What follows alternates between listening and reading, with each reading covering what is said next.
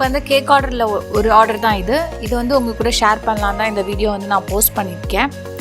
இது பார்த்திங்கன்னா ஒரு ரெட் வெல்வெட் கேக் தான், ப்ளஸ் ஒரு 6 கப் கேக்ஸ் வந்து ஆர்டர் கொடுத்துருந்தாங்க. ரெட் வெல்வெட் கேக் ப்ளஸ் அந்த கப் கேக்கில் வந்து அவங்க பையனோட பேர் எழுதி கேட்டிருந்தாங்க. ஸோ ஃபஸ்ட்டு வந்து நான் ரெட் வெல்வெட் கேக் என்னென்ன பண்ணேன் அப்படின்றத வந்து பார்க்கலாம் ஒரு ஊர். ஸோ ரெட் வெல்வெட் கேக்குக்கு வந்து ஃபஸ்ட்டு நான் ரெட் வெல்வெட் பேஸ் வச்சு ஒரு சாக்லேட் ஃப்ளேவரில் வந்து அதோட பேஸ் கேக் வந்து ரெடி பண்ணி எடுத்துட்டேன். அதை வந்து ஒரு 2 to 3 லேயர்ஸ் வந்து கட் பண்ணி எடுத்துட்டேன். எடுத்துகிட்டு இது வந்து ரெட் வெல்வெட் கேக்குன்றனால க்ரீம் சீஸ் யூஸ் பண்ணி தான் வந்து க்ரீம் செஞ்சுருந்தேன். ஸோ அதையும் வந்து ஃப்ராஸ்டிங்ஸ் எல்லாமே முடிச்சிட்டேன்.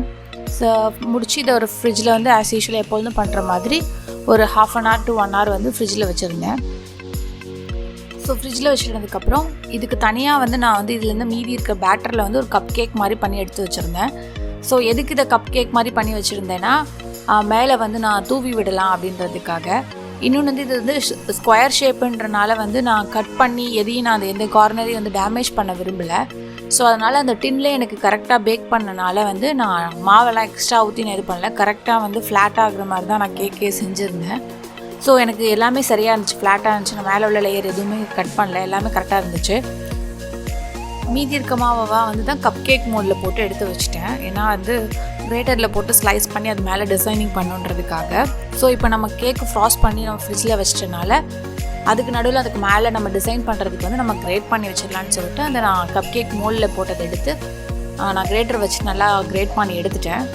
ஸோ இப்போ பார்த்திங்கன்னா நம்ம நல்லா நைஸாக கிரேட் பண்ணணுன்னால சின்ன ஹோலில் வச்சு நான் கேக்கை வந்து நல்லா நைஸாக கிரேட் பண்ணிட்டேன். கிரேட் பண்ணாலுமே வந்து அது கேக் இல்லையா, அது நல்லா பிசுறாக இருந்துச்சு. ஸோ அதனால் நான் வந்து அது கேக்கு மேலே தூவும்போது சலாடை வச்சு செஞ்சுக்கலாம் அப்படின்னு சொல்லிட்டு நான் எடுத்து வச்சுருந்தேன். ப்ளஸ் இது வந்து கொஞ்சம் வித்தியாசமாக பண்ணணும், நடுவில் சர்க்கிள் மட்டும் எம்டியாக விடணும் அப்படின்றனால அந்த ஃபஸ்ட்டு லெவல் ஃப்ராஸ்டிங் பண்ணிவிட்டு எல்லா ஃப்ராஸ்டிங் லெவலும் முடிச்சதுக்கப்புறம் அதுக்கு மேலே ஒரு டின்னை வந்து சர்க்குலர் டின்னை நடுவில் வச்சு சென்டர் பார்த்து நான் நடுவில் வச்சுட்டு மீதி இருக்கிற எல்லா ஸ்பேஸ்லேயும் வந்து அந்த ரெட் கலர் வந்து அந்த கேக்கு க்ரஸ்ட்டை வந்து நான் ஃபுல்லாக தூவி எடுத்துட்டேன். கரெக்டாக ஃபுல்லாக எல்லா இடமும் பண்ணுற மாதிரி பண்ணதுக்கப்புறம் இந்த நடுவில் உள்ள டின்னை ரிமூவ் பண்ணிட்டேன். ரிமூவ் பண்ணோடனே பாருங்கள் ரொம்ப அழகாக இருந்துச்சு. நடுவில் சர்க்கிள் மட்டும் நம்ம எந்த டிஸ்டர்பன்ஸ் இல்லாமல் பார்க்க நல்லா நீட்டாக ஒயிட்டாக இருந்துச்சு. ஸோ அதை ஹைலைட் பண்ணுறதுக்காக நான் white with rose colour cream சீஸை வந்து ஃபுல்லாக அதில் வந்து டிசைன் போட்டுட்டேன். ஃப்ளவர்ஸ் வர மாதிரி சுற்றி டிசைன் போட்டுட்டு அதுக்கப்புறம் நடுவில் வந்து அவங்க சொன்ன இதை எழுதிட்டேன், ஹாப்பி பர்த்டேன்னு சொல்லிட்டு அவங்க பையன் பேர் எழுதிட்டேன். ஸோ எழுதி முடித்தோடனே இந்த கேக் வந்து ஃபினிஷ் ஆகிடுச்சு. ஸோ நம்மளோட கேக் வந்து ஃபினிஷ் ஆகிடுச்சு. ப்ளஸ் அவங்க இன்னொன்று கப் கேக் சொல்லியிருந்தாங்கன்னு சொன்னேன் இல்லையா. ஸோ அது என்ன கப் கேக் கேட்டிருந்தாங்கன்னா பட்டர்ஸ்காட்ச் கப் கேக் சொல்லியிருந்தாங்க. ஸோ அதுக்கு ஃபஸ்ட்டு வந்து நம்ம முதல்ல பட்டர்ஸ்காட்ச் சாஸ் ரெடி பண்ணியிருக்கணும், அதுக்கு ப்ரலைன் ரெடி பண்ணியிருக்கணும், கேக் பேஸ் ரெடி பண்ணியிருக்கணும். ஸோ இது எல்லாமே நான் தனித்தனியாக ரெடி பண்ணிட்டேன். இது செய்யும்போது தான் வந்து ப்ரலைன் இந்த கேரமல் சாஸ் ரெடி பண்ணும்போது கையில் லைட்டாக ஊற்றிடுச்சு. நீங்கள் வீடியோவில் பார்க்கும்போது பார்த்துருப்பீங்க, நான் அந்த 2 விரலில் மட்டும் ஏதோ பண்ணிகிட்ருப்பேன், யூஸ் பண்ணாமல் எண்ணெயெல்லாம் தேய்ச்சி. ஸோ அதோடு தான் பண்ணேன். ஏன்னா எனக்கு ஈவினிங் வந்து அதை டெலிவர் பண்ணணும். இன்னொரு 2 to 3 hours அதை டெலிவர் பண்ணணும். இப்போ பெயின்னு சொல்லிட்டு உட்காந்துருந்தோம்னா சரி வராது.